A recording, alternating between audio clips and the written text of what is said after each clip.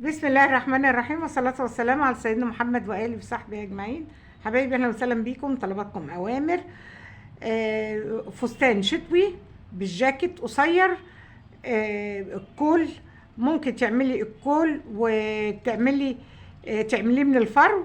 الحروف بتاعته من نفس لون القماش بتاع الفستان، أو ممكن تعملي الكول لوحده وتعملي من فوقيه كل فرو، على اساس لو الجو ساقع بتلبسي الفرو والجاكيت، يعني يبقى متحرك معاكي. بتعملي زراير في ديكولتيه الرقبه او دوران الرقبه، وعراوي طايره ثلاث ازرار كفايه في النص وعلى الكتف وعلى الكتف، وبتروحي مركبه كل الفرو. طيب، هو عباره بقى عن فستان نص كلوش ولونين.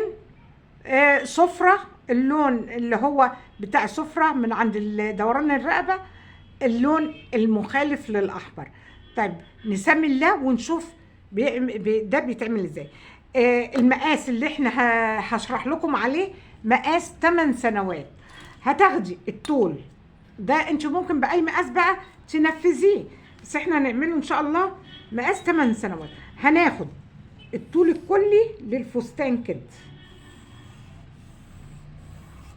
اخدنا الطول الكلي اللي هو بتاخديه ازاي؟ الطول الكلي طول الظهر زائد طول الجيب.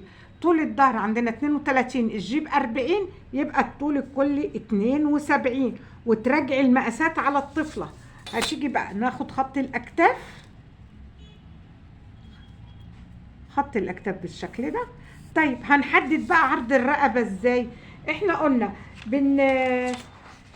بنيجي ناخد محيط الصدر وبتقسميه على 2 4 مرات. طيب، احنا عندنا هنا الصدر كام؟ 66. تضيفي عليهم 8 سنتي. يعني انت ما تاخديش مقاس طفله بالظبط تشتغل عليه، لا، تضيفي على الصدر وعلى الوسط ومحيط اكبر 8. طيب، احنا عندنا اهو الصدر اهو 66 زائد 8 74. طيب، احنا ال 74 دول هناخدهم على الاتنين 4 مرات. ليه احنا بنعمل الحكايه دي؟ انا شرحها في الباترون الاساسي للاطفال عشان نطلع حردة الرقبه وبنطلع حردة الباط.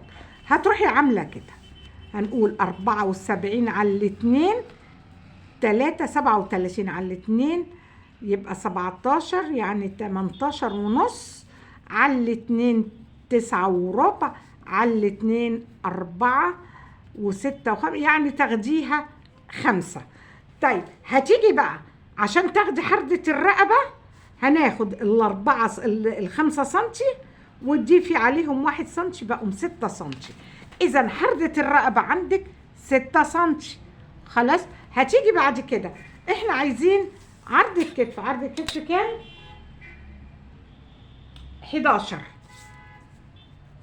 ادي عرض الكتف. خلاص، هتنزلي بميل الكتف. عندنا ميل الكتف 3 سنتي، انزلي 3 سنتي وتروحي موصله كده. طيب، احنا عايزين بقى ننزل بالديكولتيه بتاعنا. انت لو عايزاه يمشي مع طوق الرقبه بالظبط خدي 5 سنتي، هيريح شويه عن الرقبه خديه 6 سنتي وتعملي الدوران بالشكل ده. خديه نقط كده تظبطي الاول وبعدين تروحي. خلاص، يبقى احنا كده نزلنا ب5 أو 6. هتيجي بقى انت عايزه ترسمي خط الباط. طيب، خط الباط دوت انت بترسميه ازاي؟ طيب، بصي يا حبيبتي، احنا قلنا الناتج الاخير ده احنا اخدناه 5، طالما الرقم اللي بعد العلامه العشريه 6 يعني بناخده رقم صحيح. بقى 5 سنتي، يبقى هناخد 5 و9 14 سنتي. يبقى عايزه تاخديه 14، الطفله عندك مليانه شويه خديه 15، يبقى هنا هناخده 14. خلاص، وهتيجي تاخدي ربع محيط الصدر. احنا عندنا هنا الصدر كام؟ الصدر عندنا 66، وبنضيف عليهم 8 يعني 74. ال 74 اقسميهم على الأربعة عشان احنا هناخد الربع. واحد بقى 3. 34 على 4 فيها التمانية يعني 18 ونص. يبقى إذا ربع محيط الصدر 18 ونص. طيب احنا هناخد بقى الطول بتاع الظهر اللي هو 32، بتاخديه من عند خط الأكتاف كده وتروحي نازلة كده. طيب احنا عايزين ربع محيط الوسط. الوسط عندنا هنا كام؟ 64. هتضيفي عليهم 8 سنتي بقوا 72. تاخدي الربع بتاعهم على 4 في الواحد على 4 في الواحد 3 18 سنتي. يبقى هناخده 18 سنتي. ادي اخدنا كده 18 سنتي بما فيهم بقى احنا واخدين بالظبط ومظبطين، يعني مش هناخد لا تجسيم ولا اي حاجه بالشكل ده. طيب احنا عايزين نكمل حردة البط. بصي يا حبيبتي، انت عايزه تطلعي بنقطه الجيرو عشان تحردي منها بقى. احنا عندنا بناخد بقى الناتج الاخير. احنا قلنا 5 سنتي، قلنا الناتج الاخير 4.6 يعني 5. اطرحي منهم 1 بقوا 4. يبقى اذا هترتفعي من نهايه خط البط كده 4 سنتي. 4 سنتي. ادخلي كده 1 سنتي. ابتدي احردي بقى.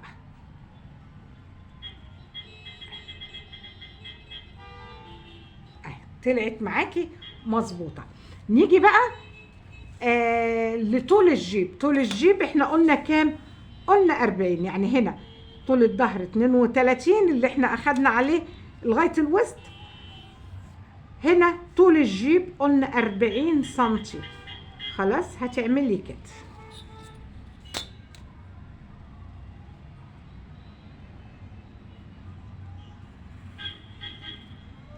هتنزلي بقى بصي من عند خط البط ده نهاية بقى، انزلي بعلامات وهمية كده، خطوط وهمية متقطعة. يعني ايه؟ يعني ما بتتقصش عشان نظبط بس الديل بتاع الفستان. خلاص هتيجي بقى اخرجي 6 سنتي توسيع الديل. خرجنا 6 سنتي بالشكل ده، نوصلهم الى الوسط زي ما احنا متفقين وقايلين. التوسيع ده بيرمي معانا طول في الجنب. تقيسي بقى من عند الوسط لغايه نهايه الطول كده يطلع معاكي كام؟ المفروض عايزين 40، يبقى من هنا لهنا يطلع 40. هيفيد معاكي حته صغنططه 2 مللي، نص سنتي، سنتي، زي ما يطلع تروحي واخداه كده. انت ممكن بقى بصي ناخدها كده، احنا عايزينها بدوران شويه على اساس ايه، تاخديها بدوران كده على اساس انا عايزاها شبه الكلوشه، لان هقولك هنعمل ايه. طبعا الفستان نص كلوش. نبص برضو الفستان بيقول لنا ايه. بصي الفستان كده ده نص كلوش مش كلوش كامل. لو كلوش كامل هتلاقيه من عند الوسط متعرج، لكن هو كده نص كلوش. هتيجي بقى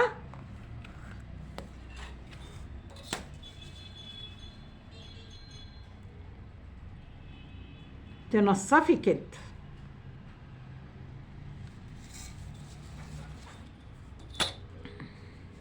تنزلي لنهاية الطول. خلاص. طيب احنا كده رسمنا، لا لسه هنرسم بقى السفرة. خديها من تحت البط ب1 سنتي. ادي 1 سنتي اهي، ونروح عاملين كده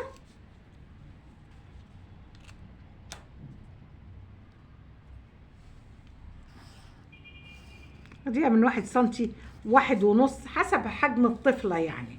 خلاص ادي شكل البطرون. طيب نقصه ونشوف هيقول لنا ايه. طبعا انت بتعملي فيونكة من نفس لون الفستان، اللون بتاع الكورساج من فوق ده اللون الابيض او الاوف وايت. الجزء اللي تحت ده بتعمليه اللون الاحمر اللي انت شايفاه. هنيجي نقص بقى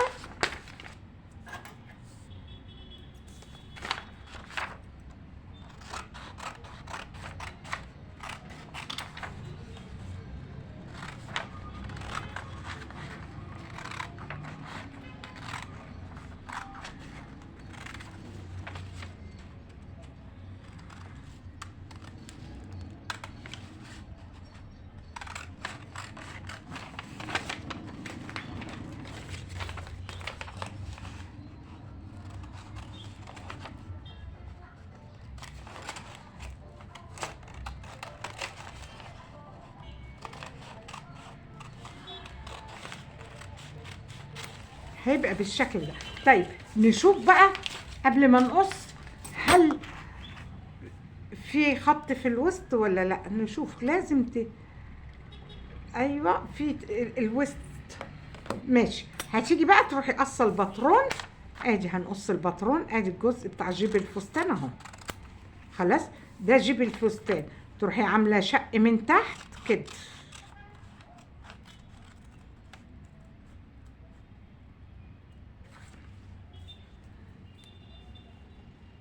اتقصت مش اشكال.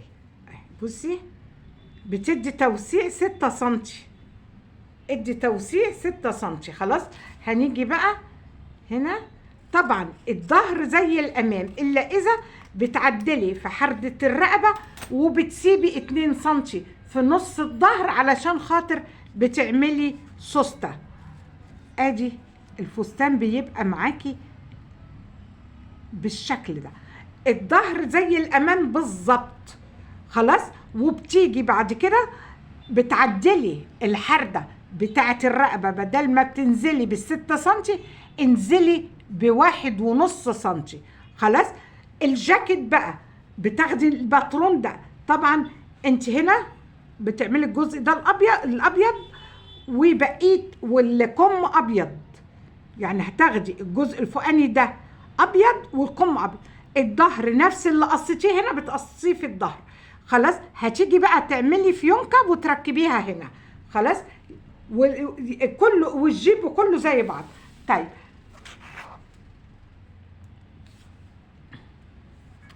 انت هنا هتعملي الجاكيت نفس الباترون بتاع الامام والخلف.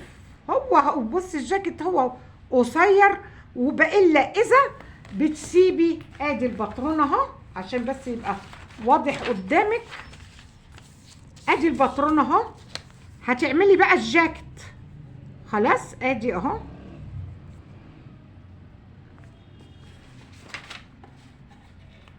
ادي الباترونه. بتيجي تخرجي كده بقى 2 سنتي عشان تعملي مرد. ادي عملتي سبتي 2 سنتي طبعا. وانت بتحطي الباترون على القماش، انت هنا خلاص اخدتي على يعني بتحطي على القماش بتاخدي 2 سنتي للمرد، 2 سنتي بطانه، 1 سنتي للخياطه. الخلف بتعملي طبعا بدون المرد، يعني يعني هنا هتحطي في الجاكيت القماش مفتوح، لكن في الفستان القماش متني. خلاص الظهر بتعمليه مفتوح عشان بيبقى فيه سوسته من الخلف، سواء هتعملي بقى في الفستان او الجاكيت. ادي الخلف اهو. بصي بتكملي كده، بتنزلي 1.5 اهو وبتروحي عامله الرقبه. طيب نشوف بقى الياقه بتتعمل ازاي. ناخد الياقه ولا الكم الاول؟ سيان. طيب هناخد بقى الكم، هناخد الكم وده يمشي مع الكم الفستان وكم الجاكيت. خلاص اعملي الجاكيت تقولي اعمله قط، عايزه تعمليه قط اعمليه قط، تعمليه بكم هينفع برضو في الاوقات اللي هي مش ساقعه، مش هتلبسيها الجاكيت يعني. خلاص هنيجي ناخد محيط الذراع. محيط الذراع عندنا 22، ضيفي عليهم 6 سنتي، ده اساسي لاي مقاس، يبقوا 28. اذا هتاخدي محيط الذراع بالشكل ده، هناخده 28 بنرسمه بالشكل ده خلف وامام مع بعض. هتيجي تنصفي بقى، يبقى هنا محيط الذراع عشان خاطر حبايبي اللي طالبين الموديل 28 سنتي. هتطلعي براس الكم. راس الكم بقى بتاخدي تلت محيط الذراع ناقص 1. احنا عندنا محيط الذراع 28 على 3 فيها 9 و3 ملي، هتنقصي 1 يبقى 8 و3 ملي. يبقى اذا هترتفعي 8 سنتي و3 ملي، يعني 8 سنتي 8 ونص مش اشكال. خلاص، وتروحي عامله كده.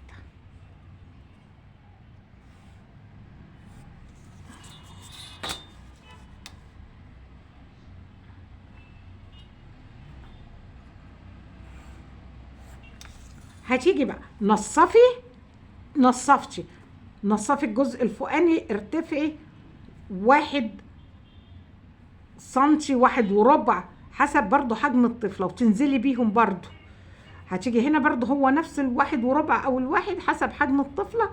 طبعا هنا بيتنصف، هتنزلي كده يعني خدتي 1 وربع يبقى هنا 1، خدتي 1 يبقى هنا 75%. خلاص، هتيجي تروحي عاملة كده، تقفلي بقى الكم بتاعك عادي خالص، لا في بقى كشكشة ولا في اي حاجة، ده يتلبس تحت الجاكيت. والطول بتاع الكم، طول الكم عندنا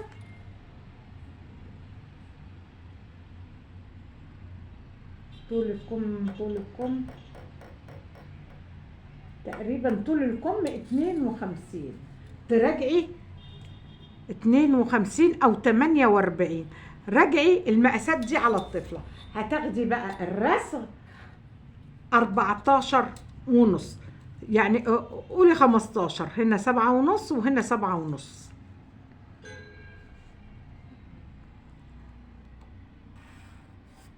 ونروح مقفلين ده الكم اهو. هتيجي بقى للياقات. الاول الياقه اللي هي بتاع الفستان، نبص برضو بتقول لنا ايه ياقه الفستان، وبعدين نشرح الياقه بتاعت ياقه الفستان. ياقه عاديه الفرهاوزن، زي ياقه القميص الرجالي كده، ما فيهاش اي دورانات ولا اي حاجه. هتيجي بقى كده، هتاخدي نص دوران الرقبه الامامي والخلفي بعد ما بتقفلي الاكتاف. انت هنا بصي هتاخدي من النص بالظبط، من الخلف بتاخدي لغايه الحدود بتاعت السوسته اللي انت هتركبيها. وناخد كده خط بالشكل ده. يعني ناخدها من هنا عشان نستغل.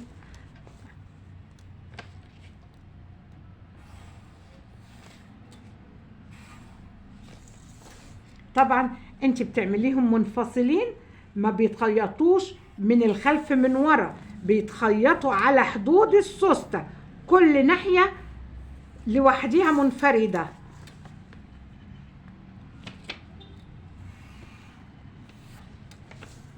يبقى هنا نص الرقبه الخلفيه والاماميه بالظبط زي ما هو، ما فيش بقى لا عندنا مرد ولا اي حاجه.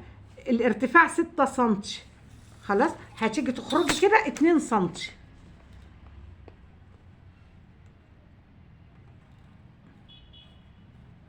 هتخرجي كده 2 سنتي. خلاص، هتيجي بقى من هنا نص سنتي وتروحي عامله كده.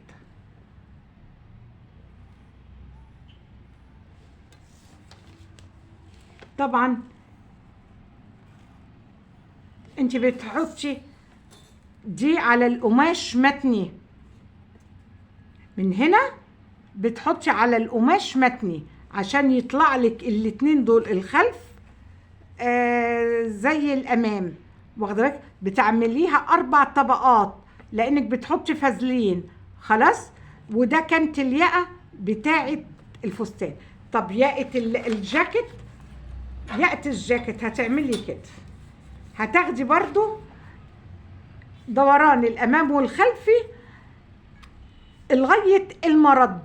يعني بصي انت بتقفلي المرد، بعد المرد بتبتدي تقيسي. خلاص، ودوت الياقه بتاعته عريضه، يعني هناخدها هقول لك قد ايه. انت هترسمي ادي الخط بتاعنا اهو. طب ناخدها من هنا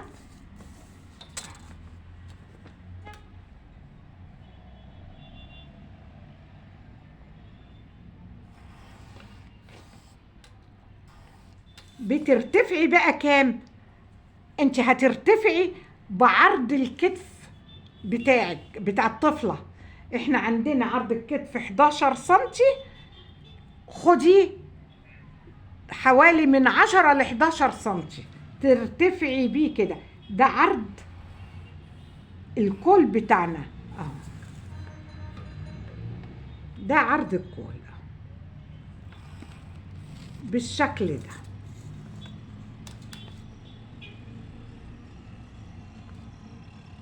احنا هنا بقى الكول معانا مفهوش اي تبويز ولا اي حاجة ولا دوران ولا اي حاجة، بالشكل ده.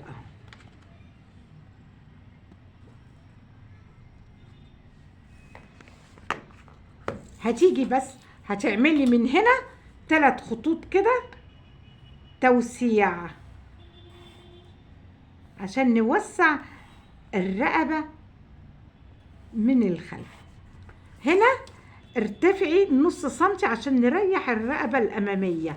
خلاص، هنا هتاخديه 10 سنتي، مش عايزاه عريض قوي، براحتك. يعني المقاس عندك بقى من عرض الكتف لأقلل أكتر زي ما انت عايزة.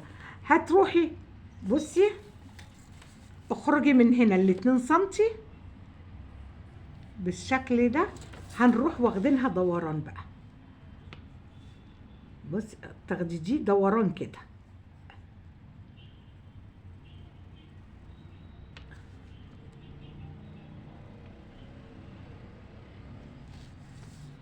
بالشكل ده.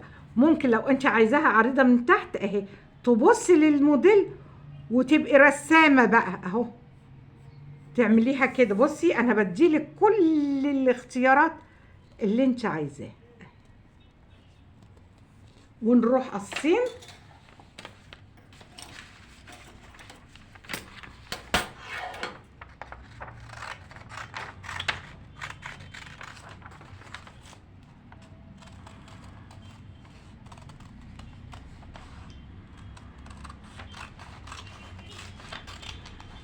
طبعا انت بتحطي الباترون ده على القماش متني، هتيجي من فوق من هنا تروحي عامله الشق، ما تاخدوهوش من الجزء اللي احنا طالعين بالنص سنتي بيه، لان في حبايبي كتير بيغلطوا في الجزئيه دي. تعملي بقى توسيع ربع سنتي، ادي اهو، ادي الكل بيبقى بالشكل ده.